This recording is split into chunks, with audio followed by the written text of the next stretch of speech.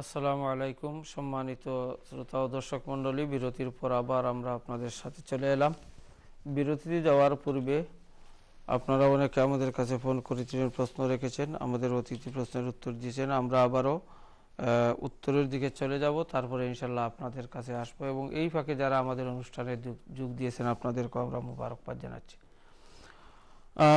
জনাব একজন France তনে phone করেছেন, যে উনি বলেছেন যে ইমাম সাহেব সালাম ফিরানোর পর, মানে দুদিকে সালাম ফিরানোর পর তারপরে মুক্তাদিগণ সালাম ফিরেন, এটা কতটুকু ঠিক? ফ্রান্স থেকে যে ভাই ফোন করেছেন, আসলে নিয়ম হচ্ছে ইমাম সাহেব যখন সালাম ফিরাইবেন ইমাম সাহেবের পরে আপনি ফিরাইবেন। ইমাম সাহেবের আগে কোনো আরকান বা কোনো আমল যদি করেন তাহলে নামাজ নষ্ট হয়ে যাবে। অবশ্যই ইমাম সাহেব যখন আসসালামু আলাইকুম রহমতুল্লাহ বলবেন, তারপরে আপনি আসসালামু আলাইকুম রহমতুল্লাহ। ইমাম সাহেব যখন বামেদি বলবেন তারপরে বলবেন। মানে ইমাম সাহেব যদি দুই দিকে সালাম ফিরানোর পর আপনি ফিরাতে নামাজ হয়ে যাবে, তাহলে এটা কোনো নিয়ম নয়। নিয়ম হচ্ছে উনার পিছনে পিছনে উনি যে আরকান করবেন এই আরকানটা সাথে সাথে উনার পরে পরে আপনি করবেন, এটাই নিয়ম। ধন্যবাদ। তারপরের প্রশ্নটি হচ্ছে, এক ভাই ফোন করেছেন, ওনারা কয়েকজন একসাথে কাজ করেন, কিন্তু এর মাঝ থেকে একজন বা একজনের ওদিকে রোজা অবস্থায় উনি খান, মানে রোজার দিনে খান, এবং বলেন যে আমি তো আল্লাহকে ভয় করতেছি না, তাহলে মানুষকে কেন ভয় করতেছি?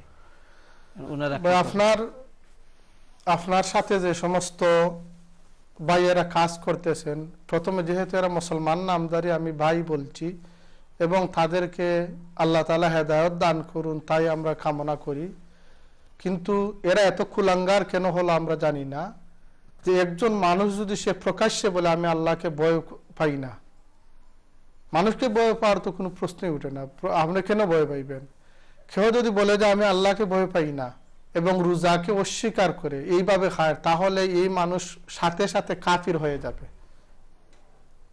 কোনো মানুষ যদি রমজান শরীফকে অস্বীকার করে এবং রমজানের রোজা রাখে না এবং প্রকাশ্য বলে আমি আল্লাহকে ভয় পাই না, তাহলে এই মানুষ মুসলমান নয়, সাথে সাথে সে কাফির হয়ে যাইবে।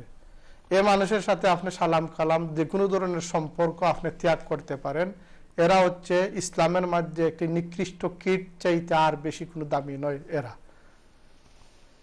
আমরা তাদের হেদায়েতের জন্য আল্লাহর দরবারে দোয়া করি, কিন্তু তাদের যে এই যে কার্যক্রমটা তারা যদি বুঝেন, তারা যদি বুঝেন যাতে কি মারাত্মক অন্যায় তারা করতেছেন, তারা ইসলাম থেকে খারিজ হয়ে যাইতেছেন। রোজা অস্বীকার করা মানেই হচ্ছে ফরজ রোজা অস্বীকার করা, কাফির হয়ে যাওয়া, এবং প্রকাশ্যে যে আমি আল্লাহকেই ডরাইতেছি না, তোমাকে কেন ডরাইব, তোমাকে কেন ডরাইব, তোমাকে ডরানোর প্রশ্নই উঠে না।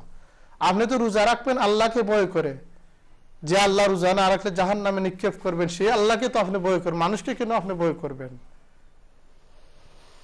আমি আমার এই ভাইদেরকে যদি আল্লাহ তাআলা তাদের তকদিরে হেদায়েত রেখে দেন, আমি আহ্বান করছি, হয়তো না বুঝে যদি আপনারা এই ধরনের কথা বলে থাকেন, রমজানকে অস্বীকার করেন এবং প্রকাশ্য বলেন যে আল্লাহকে ভয় পাই না, তাহলে এই ধরনের কথা আপনি ইসলাম থেকে খারিজ হয়ে যাচ্ছেন।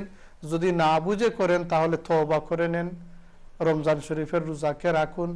যদি কোনো মানুষ কোনো অসুবিধায় পড়ে যান, সফরে থাকেন অথবা বেমার অবস্থায় থাকেন, বা কাজের কারণে যদি রোজার এন্ডে এমন অবস্থা হয়ে যায় যে রোজা রাখতেই পারতেছেন না, আল্লাহ তাআলা আল্লাহর বান্দাদেরকে কনসিডার দিয়েছেন, পরে তিনি রোজা রাখতে পারবেন বা চেষ্টা করে রোজা রাখবেন। কিন্তু এই ধরনের মারাত্মক কথা তারা যদি না বুঝে বলেন, তাদেরকে আপনি প্রথমে বুঝিয়ে বলবেন, বা এই কথাটা তো আপনি মুসলমানই থাকতে পারতেছেন না। উনি যদি বলেন আমি মানুষ ডরাই না, আল্লাহ কেন ডরাইবো, বলে তুমি আল্লাহকেই ডরাও, মানুষকে কেন ডরাইবে? তুমি মানুষকে ডরানো, তুমি কথাটা তো উল্টা হয়ে গেল। তুমি মানুষকে কেন ডরাইবে? আল্লাহকে ডরাও। তুমি আমাকে ভয় করে রোজা রাখবে না, আল্লাহকে ভয় করে রোজা রাখতে হবে। ধন্যবাদ। জি ধন্যবাদ জনাব। তারপরের প্রশ্নটি হচ্ছে, একজন জানতে চেয়েছেন যে মদের ব্যবসা করা যায় কিনা? মদের ব্যবসা করা সম্পূর্ণ হারাম।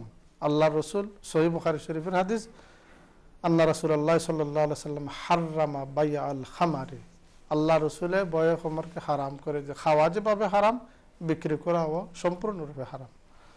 জি ধন্যবাদ জনাব।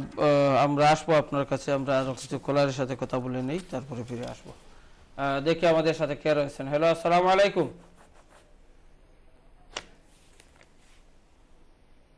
হ্যালো, আসসালামু আলাইকুম। ওয়ালাইকুম আসসালাম ওয়ালাইকুম হুজুর ভালো আছেন? জি আলহামদুলিল্লাহ। আলহামদুলিল্লাহ। আমার একটা কোয়েশ্চন, তেরাবির নামাজ হইল 20 রাকাত, তো আমি যদি পয়লা রাকাত আলাম তারা পড়ি, এর বাদর রাকাত কুল আল্লাহ, এর বাদর রাকাত লিলাফি, এর বাদর রাকাত কুল আল্লাহ, আর 4 রাকাত বাদে বাদে সুবহানাল মুলকি পড়া লাগে, ওখানটা আমার একটু বুঝাইয়া কইবা। আর আমি আলাম তারা কুল আল্লাহ লিলা ওখানটা জি আমরা বুঝতে পেরেছি ইনশাআল্লাহ। পরের প্রশ্নটি বলেন। প্রশ্ন হইল আমরা আরাধনা পড়েছি যে বিতির নামাজও খানা হইয়া 2 রাকাতের বাদে উবাইয়া